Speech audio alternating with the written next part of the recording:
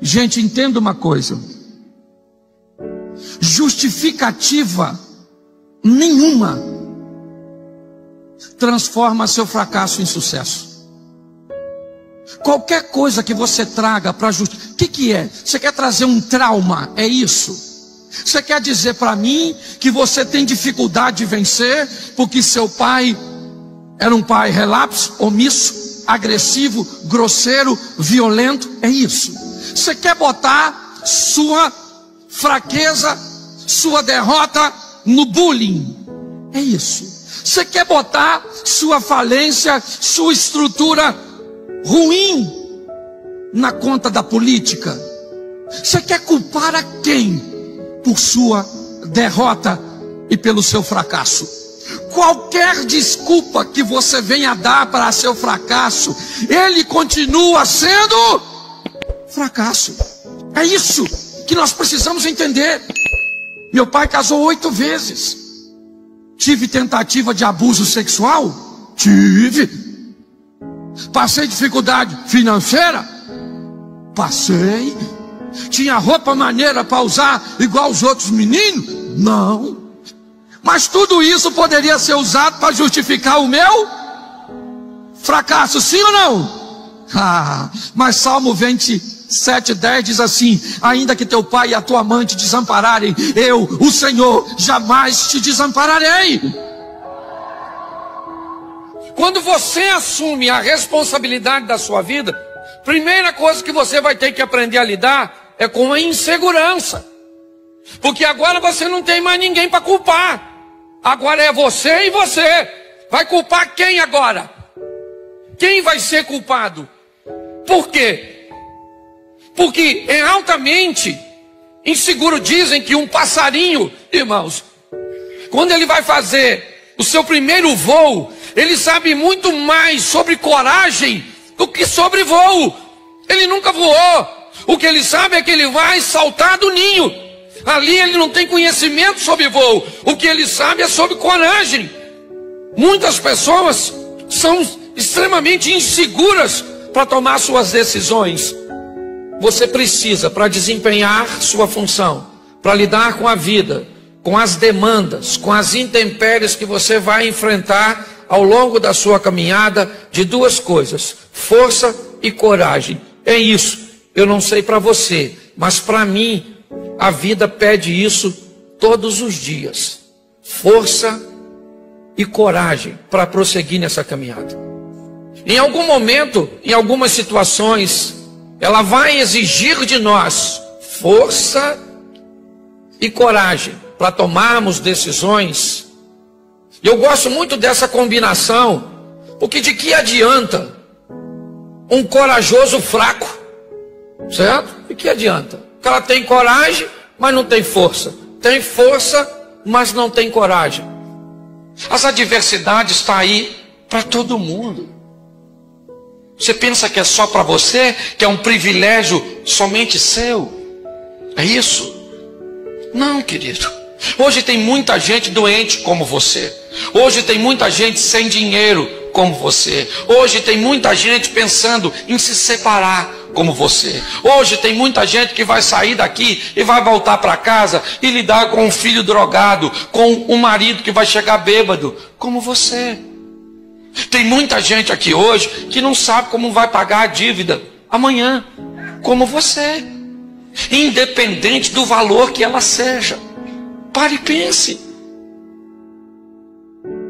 Eu preciso que você entenda isso, porque muitas pessoas têm ouvido falar de sonhos. Sonhe, sonhe, sonhe. Você tem que sonhar, você tem que sonhar. Isso, quem não sonha, né, já morreu. Então sonhe. Mas quando é que seu sonho vai virar um objetivo? Em algum momento, esse seu sonho, ele tem que se tornar um objetivo. Então eu preciso entender. Se objetivo é a mesma coisa que propósito, vamos tratar assim, eu preciso entender que eu posso viver uma vida onde são os meus propósitos e os propósitos de Deus, ou eu posso viver uma vida que são os propósitos de Deus e os meus propósitos. Eu tenho um relacionamento não tão próximo, mas nós temos um tipo de amizade até bem legal entre eu e pastor Josué Gonçalves. E uma vez conversando com o pastor Josué, eu perguntei a ele sobre seu ministério. E ele me disse: Cláudio, para falar a verdade, eu olhei que não se falava basicamente só de família no Brasil.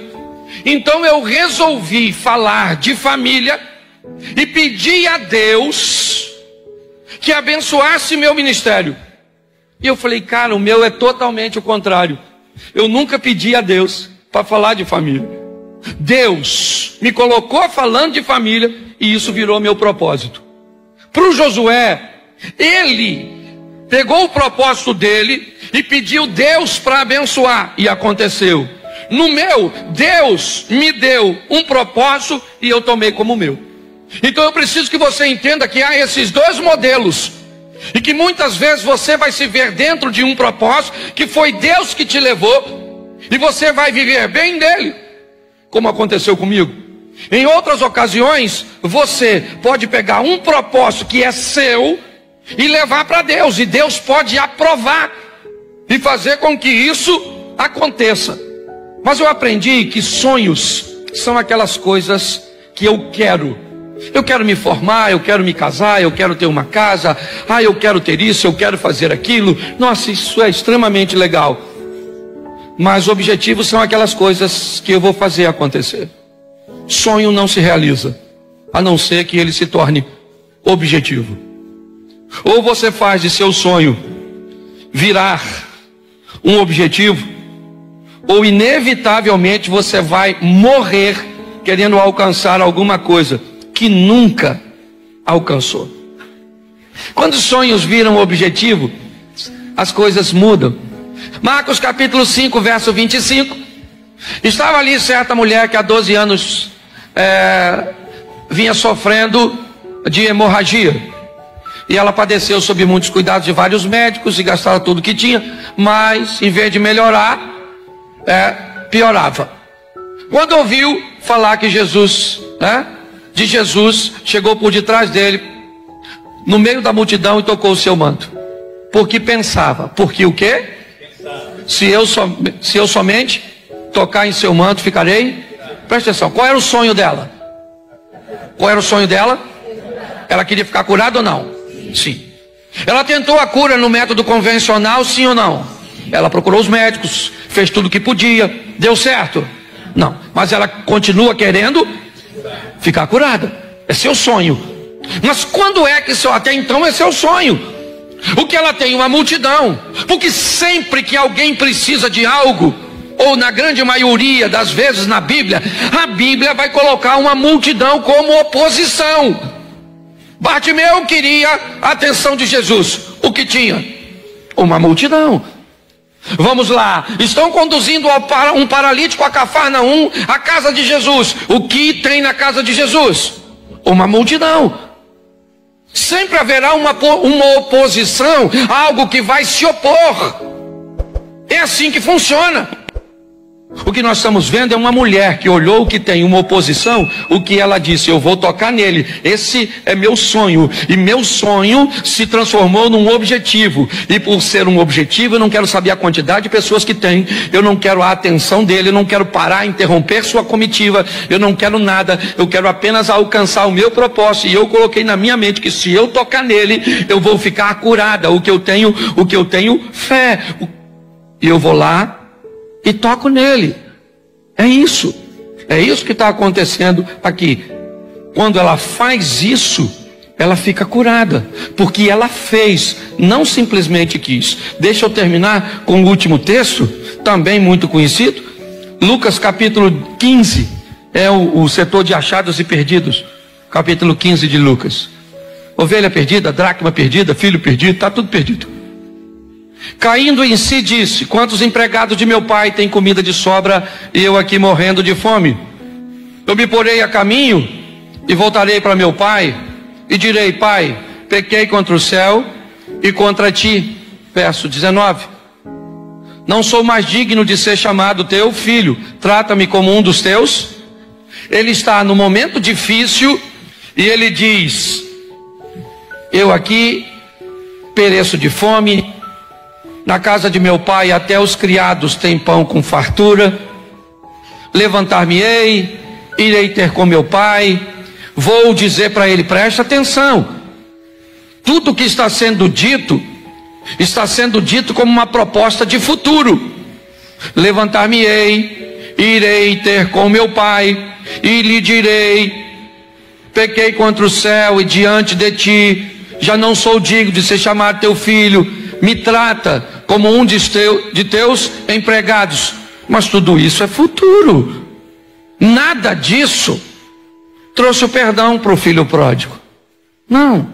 Porque ele está dizendo, eu vou levantar, eu vou dizer, eu vou fazer, eu vou ir. Beleza, tudo isso que é sonho. Eu vou emagrecer, eu vou comprar, eu vou estudar, eu vou orar. É sempre levantar-me-ei, farei, é amanhã, é semana que vem. É isso aí. Quanto mais tempo você faz isso com o seu sonho, mais tempo leva para ele realizar.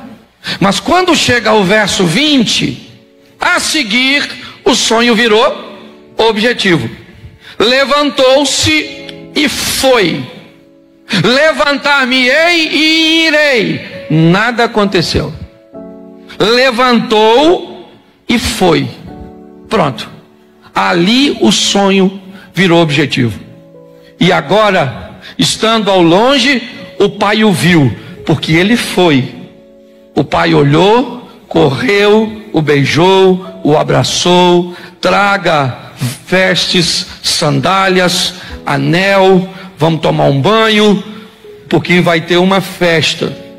Você precisa entender que o importante não é se você quer comprar uma casa própria, não é se você quer melhorar seu casamento. Talvez isso até seja bem importante, porque seja a primeira fase. Então, como fase, o sonho é bem legal. Você quer se formar? Beleza. Você quer passar na prova? Legal. Você quer buscar intimidade com Deus? Tá certo. Mas a pergunta é, quando o seu sonho vira ou vai virar um objetivo? É nesse momento que as coisas acontecem. Mas hoje eu quero deixar para você a mensagem desse sonhador. Eu não sei se você sonha, não sei. Espero que sonhe, espero que tenha grandes sonhos. Mas saiba de uma coisa, grandes sonhos requerem do sonhador grandes responsabilidades. Irmãos, vamos observar a história de José.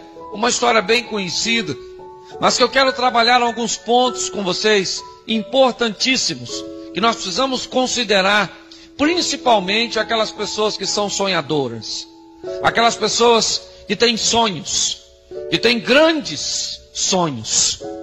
Eu não sei se você é um sonhador. Eu posso afirmar a você que eu sou um sonhador. Eu gosto de sonhar. Às vezes eu tenho dificuldade de contar para as pessoas meus sonhos, que às vezes eu sonho com algo que parece absurdo. Eu vou confessar a vocês, eu sonho em andar num carro que eu não tenho dinheiro nem para comprar a roda direito, mas eu sonho em andar num carrão de 150, 160 mil, uma Hilux daquela bonitona. Você pode pensar assim, rapaz, você sonha alto. E eu sonho mesmo. Esse dia eu me vi dentro de um carro, só que foi pelo lado de fora. Eu olhei no vidro assim, mas foi uma visão tão bonita que eu tive, momentânea. Foram momentos mágicos para mim. Então eu sou um sonhador, sempre fui um sonhador. Eu sempre vou ser um sonhador, porque sonhos é algo particular do ser humano. O ser humano que não sonha, ele morreu. Nós precisamos sonhar. O que seria de nós sem nossos sonhos? Até porque sonhar é de graça. Conquistar os sonhos é que às vezes é caro. Mas sonhar é moleza. Você sonha casar com um príncipe encantado, aquele que vai chegar com um cavalo branco, loiro, alto, dos olhos azuis, cheio de dinheiro, fiel, homem de Deus. Botar você na garupa, é ou não é verdade? Sai galopando por você, aquela grama verdinha, você com aquele vestido branco. É ou não é? É um sonho que você pode ter.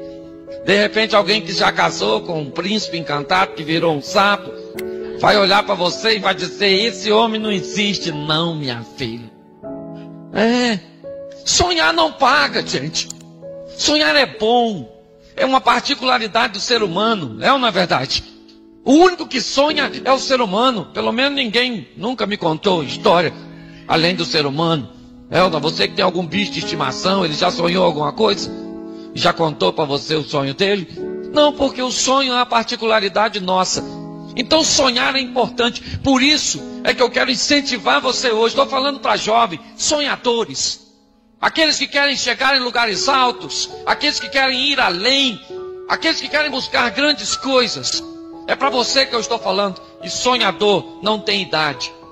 Você pode já não ser mais jovem na sua idade, cronologicamente, mas você pode ser um sonhador, sonhar em alcançar coisas grandes. Só que aprenda algo importantíssimo. Quanto maior for seu sonho, maiores serão seus obstáculos. Quanto mais longe você quiser chegar, um preço mais alto vai precisar ser pago para você alcançar aquilo que você deseja. Se o seu sonho é pequeno, você sonha em ganhar quanto quando você for trabalhar? Um salário mínimo? Então os obstáculos são poucos. Você não precisa nem estudar muito. É ou não é? E você ganha um salário mínimo. Você gostaria de ganhar um salário grandão? Então você vai ter que estudar de montão. Você vai ter que fazer grandes sacrifícios. Você quer ir além, você vai ter que ser pós-graduado, mestrado, vai ter que fazer MBA. Você vai ser o cara, vai ter que ser a menina. Senão, você não alcança. O problema é que hoje as pessoas têm grandes sonhos, mas não querem ter grandes responsabilidades para alcançarem seus sonhos. Eu vou mostrar a você um rapaz que sonhou. José era um sonhador, mas para alcançar seus sonhos, ele teve que ralar. Foi difícil pra caramba. Nós vamos ver a trajetória desse rapaz. Primeira trajetória, ou primeiro impasse que José teve que enfrentar: os referenciais negativos. Ele tinha 17 anos, um rapazinho ainda, e ele vivia no meio dos seus irmãos, todos eles mais velhos, servindo de referenciais para José. E os referenciais eram negativos. Os filhos de Bila, os filhos de Silpa, faziam o que não devia. E quem é que estava lá olhando tudo aquilo? O José. José poderia copiá-los, mas ele não copiou. José poderia usá-los como exemplo, mas não usou. A primeira coisa que eu tenho que entender, se eu sou um sonhador, eu preciso retirar de minha vida os referenciais negativos. Eu preciso aprender a entrar com minha vida num segmento onde eu vou procurar e observar quem é vencedor, quem vai adiante. Eu preciso tomar, por exemplo, pessoas vencedoras e não exemplos negativos para eu copiar. Porque tudo aquilo que o homem plantar, isso ele ceifará, ele colherá. Então, se eu pego coisas negativas, o que eu vou colher é que os outros estão vivendo. José estava vivendo, como alguns dizem, ele poderia se tornar um produto do meio. Vendo coisas ruins, eu me torno alguém ruim? Não, eu me torno alguém ruim se eu quiser me tornar. Eu tenho o direito de escolher. E José opta por fazer o contrário do que fazia seus irmãos. E aí então ele começa a sonhar. Ele sonhou que ele estava no campo, seu molho se levantava e dos seus irmãos se dobravam diante dele. E os irmãos disseram: você está dizendo que você vai reinar sobre nós? José não respondeu nada, mas era isso que significava. José queria chegar, ou seus sonhos colocavam José onde nenhum dos seus irmãos conseguiu chegar. José queria ser maior do que todos os seus irmãos. Pior que isso, ou melhor que isso. José sonha de novo. E o sonho seguinte de José dizia que o sol e a lua se dobravam diante dele. E seu pai disse: você está querendo dizer que eu e sua mãe iremos se curvar diante de você? E era isso que queria dizer. José estava sonhando em ser maior que seu pai. Ser maior do que Jacó.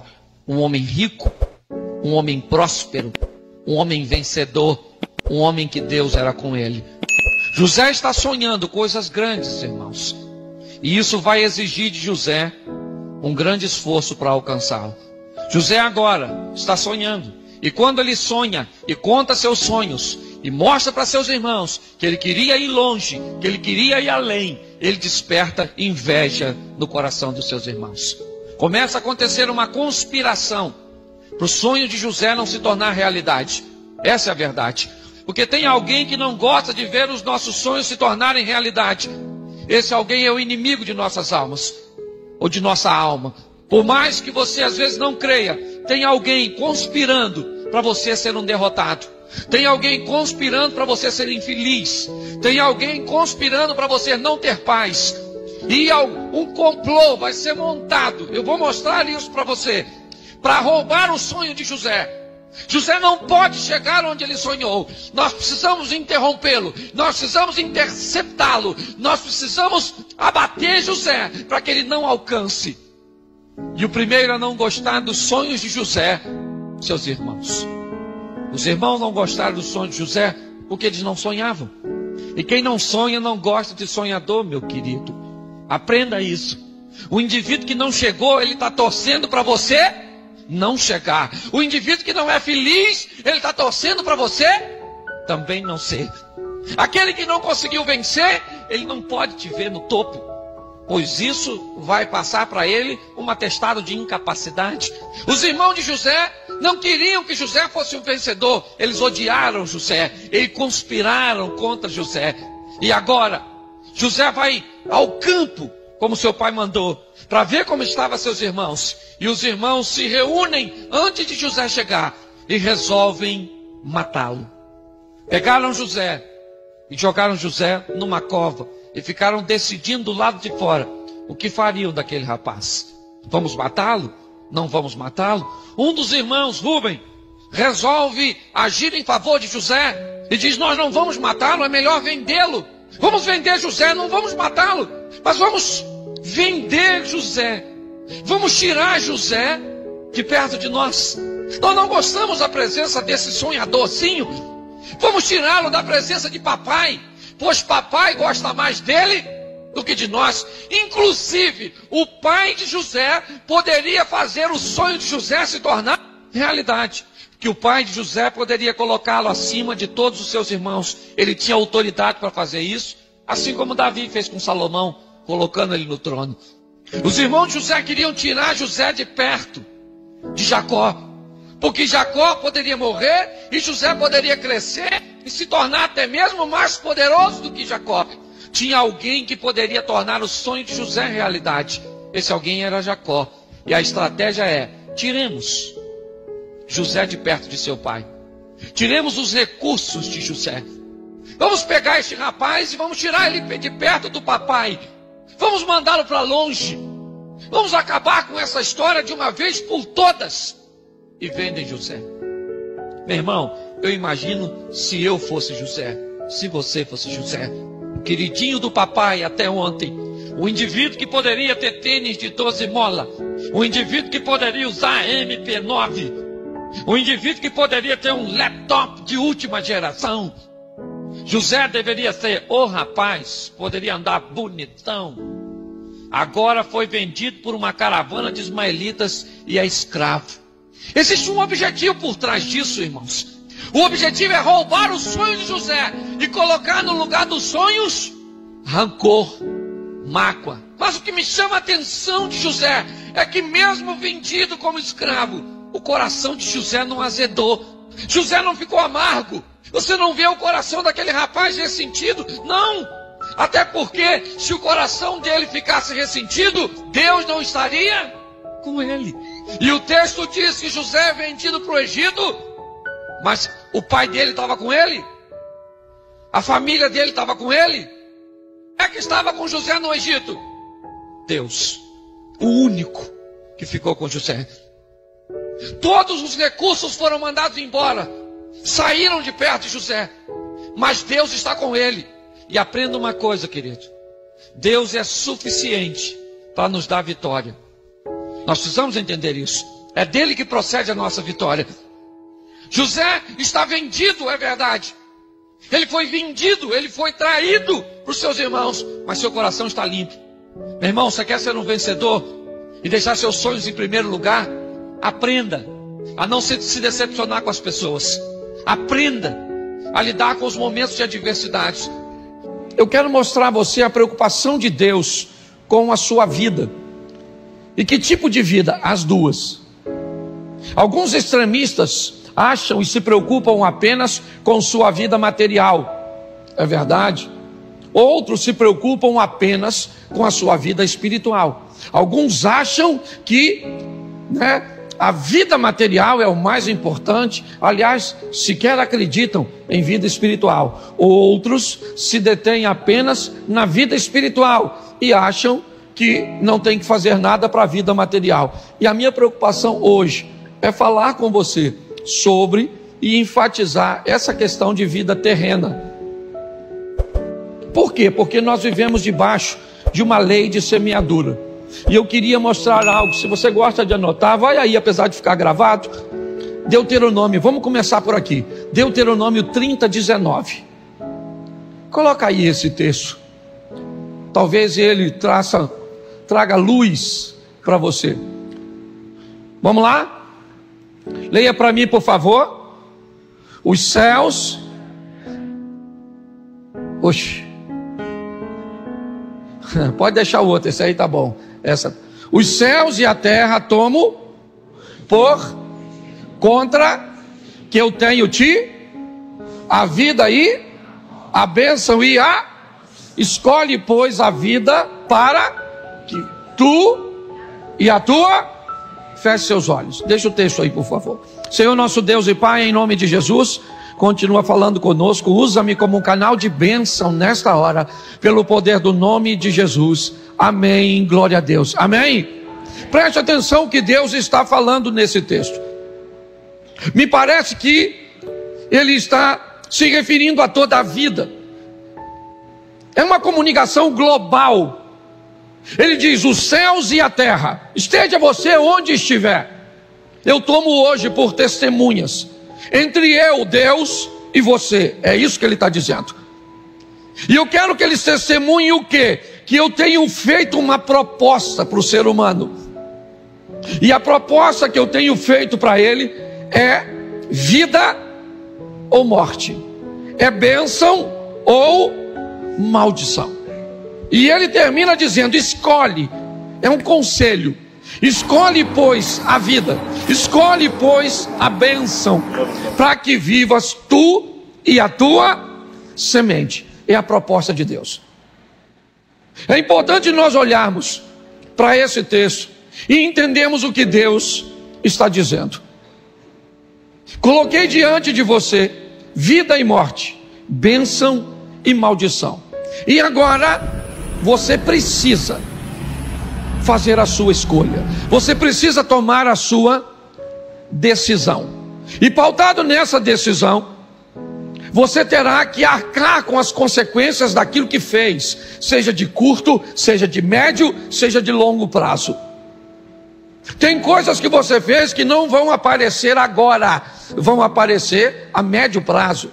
Tem coisas que não vão aparecer a médio prazo, vão aparecer a longo prazo. Mas a Bíblia diz que tudo aquilo que é feito aqui, certo, vai ser resolvido aqui. Nós vamos ter que prestar conta de tudo aquilo que fizemos. Essa é uma verdade. Qual é o grande problema hoje? Pelo menos eu observando a vida de algumas pessoas, são suas escolhas. Elas são bem atrapalhadas. Se você quer viver bem sua vida, deixa eu te dar um texto pequeno que pode mudar sua vida para sempre.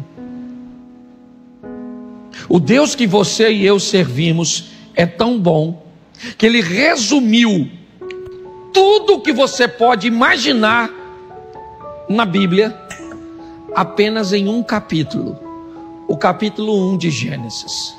Se você ler Gênesis 1 e entender a dinâmica que Deus criou para o homem viver e aplicar na sua vida, eu vou falar para você, você vai erradicar praticamente 100% dos problemas que você enfrenta.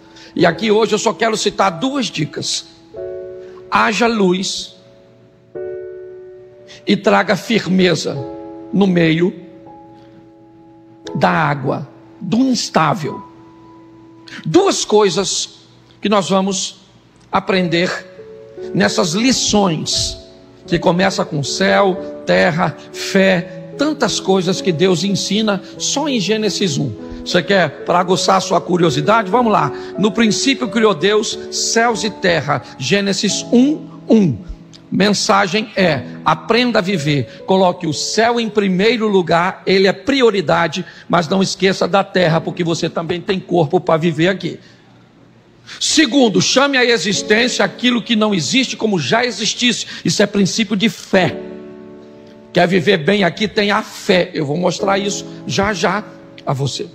Quer mais? E disse Deus: haja luz. Não faça nada sem antes ter conhecimento sobre aquilo que planeja fazer. Ou então chore depois por perder dinheiro, por se relacionar com quem não deve, por levar prejuízo e por passar seu futuro corrigindo o passado, enquanto gente está passando seu futuro gozando do presente que construiu. Essa é a grande verdade. Está assim de gente servindo o mesmo Deus. E o que elas enfrentam? Um embate. O resultado daquilo que fizeram. Traíram, mexeram, mentiram, compraram o que não devia, se envolveram onde não devia, e está vivendo paralelamente com o outro. E o que o outro está fazendo? Se divertindo, comprando, brincando, sendo feliz. E parece que você é um desgraçado, quando na realidade o que você está vivendo é o reflexo do que você fez. O que o outro está vivendo é o reflexo do que ele fez. Porque não há injustiça. Os céus e a terra tomam por testemunha entre eu e você. Estou te propondo vida e morte, bênção e maldição. Escolha a vida ou então escolha a morte. Escolha a bênção ou então escolha maldição. Mas pare de olhar para a vida do que escolheu vida e do que escolheu bênção. Senão fica difícil. É responsabilidade e não culpa. Então esse texto é um texto que nos mostra isso, que nos faz olhar com muita seriedade para nossas escolhas, porque nós vamos ter que nos encontrar com elas. Então, você quer? Coloque luz e faça coisas em ambiente sólido. Não quer? Construa dentro d'água, construa na areia, como diz a Bíblia. Vai lá, se enfia em coisas que você não conhece. É isso aí. Invista onde você não conhece, compre o que você não conhece, faça o que você não conhece. Você tem todo o direito de ser um aventureiro nessa vida. Eu só queria lembrar você que a sua vida não é um filme. A sua vida, ela é real, e você vai ter que lidar com suas escolhas. Que isso fique claro. O tema da minha mensagem de hoje é desenvolvendo a minha individualidade. E pastor, por que o senhor vai falar de desenvolver a individualidade? Porque eu tenho aprendido que família não tem problema. Quem tem problema são os componentes da família. Ok? A instituição em si, ela é extremamente saudável. A proposta, ela é muito legal, ela é muito sadia. É uma proposta de crescimento físico, uma proposta de crescimento financeiro, econômico, é uma proposta de crescimento emocional e também de crescimento espiritual. E é isso que precisamos ser, uma versão melhor de nós mesmos. É aprender com os smartphones, que todas as vezes lançam versões, trazendo uma tecnologia superior à anterior.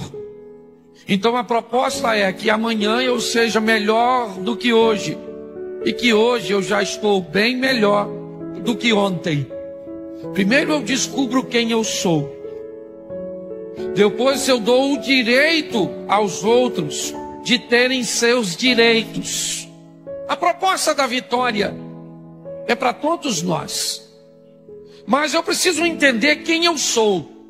Eu preciso entender a minha identidade. Se eu não sei quem eu sou, eu posso pensar que sou outra pessoa ao olhar para a medida desta pessoa. E aí eu começo a buscar algo que não é meu. E todas as vezes que eu procuro aquilo que não é meu, eu posso morrer procurando algo que não me faz sentido. Então eu tenho visto muito pessoas motivando todos irem para a mesma medida. Isso é extremamente preocupante. Quanto mais rápido você descobrir quem você é, por exemplo, deixa eu usar o exemplo, os felinos. Deixa eu ir para o reino animal, eu gosto muito disso. O gato é um felino, sim ou não? O lince é um felino, sim ou não? Um leopardo é um felino, sim ou não? Um leão é um felino, sim ou não? E um tigre é um felino, sim ou não? Isso. Você já viu? Deixa eu pegar um compatível aqui nosso para ficar mais fácil. Você já viu alguma imagem de uma onça que é compatível a um leopardo em tamanho comendo um jacaré? Sim ou não? Você já viu uma onça atacando o jacaré no Pantanal? Sim ou não? Você acha que um gato conseguiria fazer aquilo? Mas ele é um felino, sim ou não? Mas um felino de pequeno? Você acha que um leopardo teria condições sozinho de abater um búfalo? E quem é que faz isso sozinho? Um leão. Preste atenção numa coisa, porque isso ficou muito claro para mim. Muitas vezes, quando um leão sobe para ministrar uma palestra, quando ele traz consigo sua vitória financeira, quando ele traz consigo tudo aquilo que ele alcançou, todo o seu testemunho, todo o seu alcance, ele corre o risco de achar que ele está falando para leões. Ele não está falando para leões, ele está falando para felinos, onde cada um seja um gato que é capaz, com muita habilidade, de abater um rato, um lince com muita habilidade para abater um coelho, algo que o gato teria dificuldade, um leopardo que pode, certo, abater uma corça, ou um leão que pode abater um búfalo. Qual é a grande preocupação que eu tenho visto? Que muitas vezes, até de forma não intencional, nós acabamos todos, ou motivando todas as pessoas a viverem a mesma coisa. E isso é extremamente perigoso, porque aí eu começo a vir aqui e muitas vezes liberar uma palavra de ordem financeira, onde eu coloco todo mundo no mesmo nível. E isso nunca vai acontecer, porque aqui eu tenho gatos, aqui eu tenho linces, aqui eu tenho leopardo, aqui eu tenho leões, aqui eu tenho vencedores em Cristo. Todos nós somos mais do que vencer, mas cada um vai vencer segundo a sua medida. Você consegue entender isso? Mais rápido nós descobrimos quem nós somos, mais fácil as coisas vão ficar. Onde eu entenda a minha identidade, quem eu sou. E se você pensa que isso é fácil, não é. Então eu vou te mostrar alguns textos aqui. Mateus 3,17. Leia para mim. Esse texto fala do momento em que Jesus está sendo batizado. No momento em que Jesus está sendo batizado, uma pomba vem como sinal do Espírito Santo e uma voz dá a Jesus uma identidade que ele já sabia. Ele mesmo disse com 12 anos: eu estou aqui no templo tratando das coisas do meu Pai. Ele está mostrando para todos ao redor.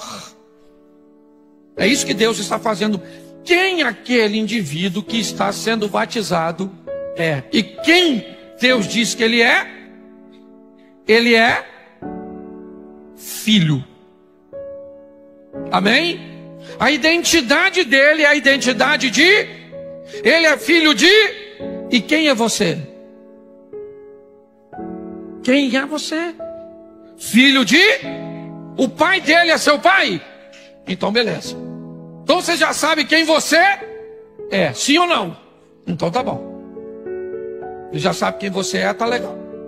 Logo assim que Jesus sai da água, ele vai para o deserto, para um ambiente de tentação. E o que acontece no deserto?